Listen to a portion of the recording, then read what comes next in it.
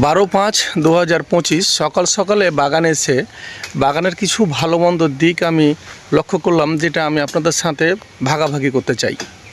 আশা করি আপনারা আমার সঙ্গে থাকবেন এবং আমার যে যেগুলো অভিজ্ঞতা আমার হয় সেগুলো আপনাদের শেয়ার করব, সেটা হয়তো আপনাদের কাজে লাগবে। তো দর্শক, আমি আমার বাগানে আসলাম, 12 মাসি বাগানে। এখানে এসে দেখলাম আমার কিছু আমে অলরেডি এখানে দেখেন মাছি পোকার আক্রমণ বলতে পারি আমরা।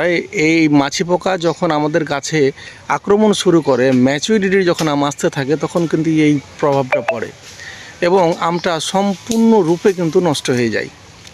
যার কারণে আমাদের এই সময়ে এখন অলরেডি সব শেষ, আমরা এখন আম উঠাবো। এই সময়ের মধ্যে যদি এরকম একটা প্রবলেম ঘটে, অর্থাৎ এই যে আপনারা দেখতে পাচ্ছেন কিনা যে সমস্যাটা দেখতে পাচ্ছেন, এটা যদি ঘটে সত্যি কিন্তু খুব কষ্টদায়ক। এ হচ্ছে বড় আমটার প্রবলেম। এখন কথা হচ্ছে ছোট আমটার কি সমস্যা। আমরা শুধু আপনাদের ভালো বলি, ভালো বলতে থাকি, ভালো বলাটাই শুধু আমাদের কাজ নয়, আমাদের হচ্ছে সমস্যাগুলো সমাধান করাই হচ্ছে আমাদের মূল লক্ষ্য এবং কাজ। দর্শক, একটা খামারি, একটা আম চাষি যখন তার স্বপ্নের বাগান যখন তৈরি করে এবং তার পিছে যে তার শ্রম, তার অর্থ ব্যয় করে এবং সেটা যদি সে ন্যায্যভাবে না পায়, তাহলে পরে তার অবস্থাটা কেমন হতে পারে। আমি আপনাদের আরও এখন ছোট আমগুলো একটু দেখানোর চেষ্টা করব, যে সমস্যাগুলো হরহামেশাই বাগানে হয় এবং এর সমাধানটা কি সেটাও কিন্তু আমাদের দেখা বিষয়। তো দর্শক, আপনারা দেখতে থাকেন, আমি ছোট আমের যে প্রবলেমগুলো সেগুলো দেখানোর চেষ্টা করছি। আপনারা দেখতে পাচ্ছেন এখানে ছোট আম, অলরেডি এই আমগুলো এখন ধরা শুরু হয়েছে। আপনাদের একটু কাছ থেকে দেখাই। এই যে আমটা দেখতে পাচ্ছেন কিনা, আমি বুঝতে পারছেন কিনা জানি না, তবে আমটা দেখেন, আমরা যে পিছন সাইডটা, এই সাইডটা অর্থাৎ এই জায়গাটা একটু কিন্তু বাঁকা, এইটা কিন্তু একটু বাঁকা। আসলে এটা কিন্তু আমাদের কাম্য নয়, কারণ আমের পিছনটা বাঁকা হলে এটা প্রতিবন্ধী হওয়ার সম্ভাবনা বেশি থাকে। দর্শক, প্রতিবন্ধী বলতে আমরা সাধারণত একটি আম, সুস্থ আম থেকে যখন বিকলাঙ্গ হয় সেটিকে আমরা প্রতিবন্ধী বলি। তা আসলে এটা কেন হয়, এটা আমাদের প্রতিকার কি, এটা আপনাদের সামনে একটু আলোচনা করার চেষ্টা করব।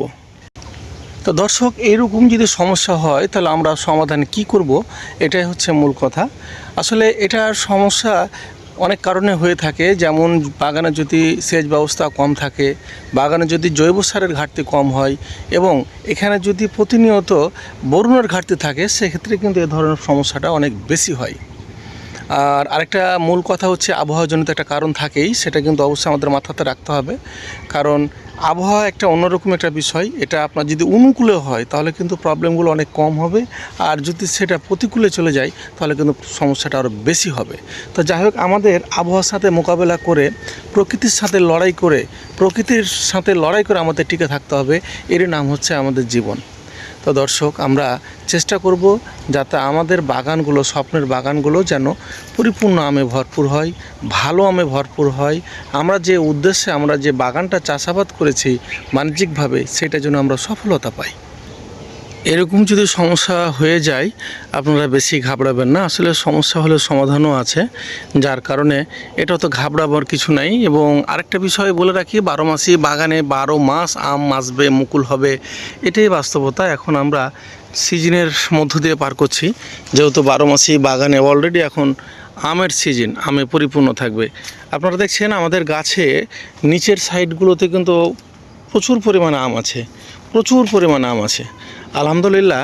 এটি হচ্ছে আমাদের যে আম্রপালি, সে আমটি।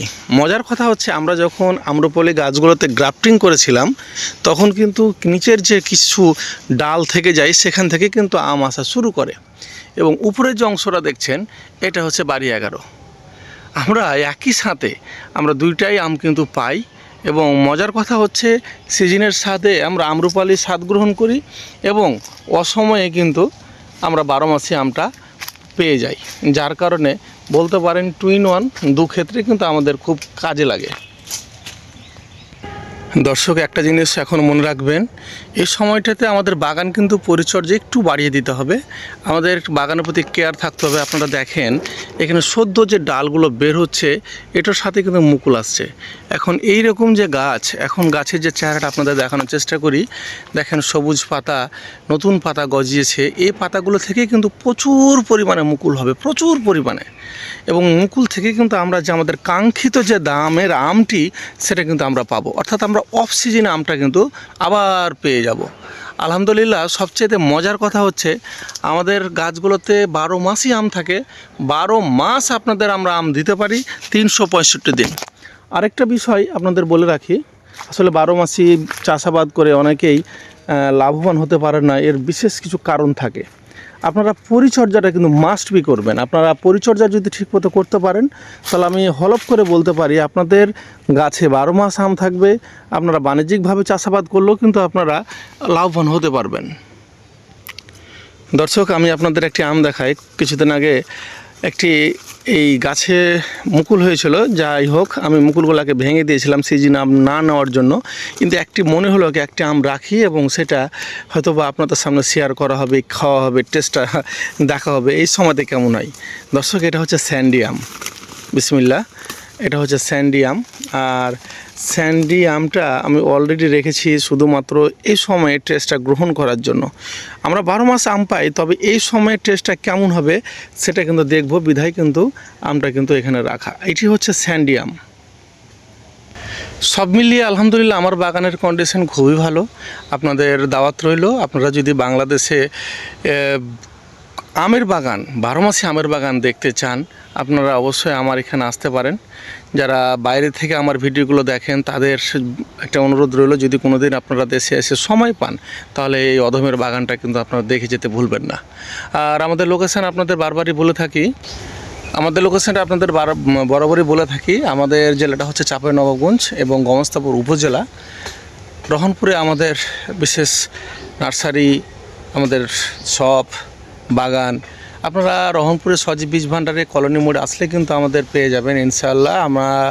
আমরা আপনাদের সেবায় নিয়োজিত। যদি কখনো মনে হয় আমাদের কাছে আসবেন, আমাদের বাগান দেখবেন, তাহলে আপনাদের জন্য শুভকামনা। তো ভালো থাকবেন। আর আমাদের চ্যানেলটি যদি সাবস্ক্রাইব না করে থাকেন অবশ্যই চ্যানেলটি সাবস্ক্রাইব করে দেবেন। আপনাদের দোয়া এবং ভালোবাসা আমাদের জন্য অনেক কিছু বয়ে আনে। ভালো থাকবেন। আসসালামু আলাইকুম।